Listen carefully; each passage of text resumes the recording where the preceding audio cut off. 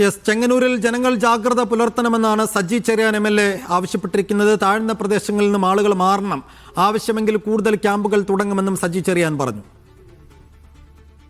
Dam കൂടി തുറന്നതിന്റെ ഭാഗമായി പമ്പയാറ്റിലും അച്ചൻകോവിലാറ്റിലും ജലനിരപ്പ് ഉയരാൻ നല്ല സാധ്യതയുണ്ട്.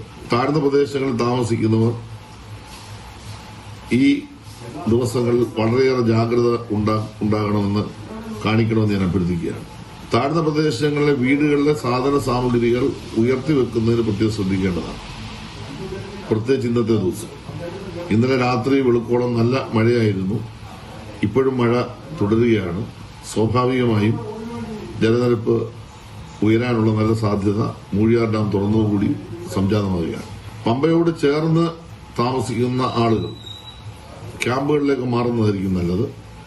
പ്രത്യേകിച്ച് ഇടനാട്, മംഗലം, പാണ്ടനാട്, തിരുവമ്മണ്ടൂർ പ്രദേശങ്ങളിലെ ആളുകൾ, പുത്തങ്കാവ് പ്രദേശങ്ങളിലെ ആളുകൾ, പമ്പയോട് ചേർന്ന പ്രദേശത്തെ ആളുകൾ പരമാവധി ക്യാമ്പുകളിലേക്കോ ബന്ധുവീടുകളിലേക്കോ മാറുന്നതിന് തീരുമാനമെടുക്കണമെന്ന് ഞാൻ അഭ്യർത്ഥിക്കുകയാണ്.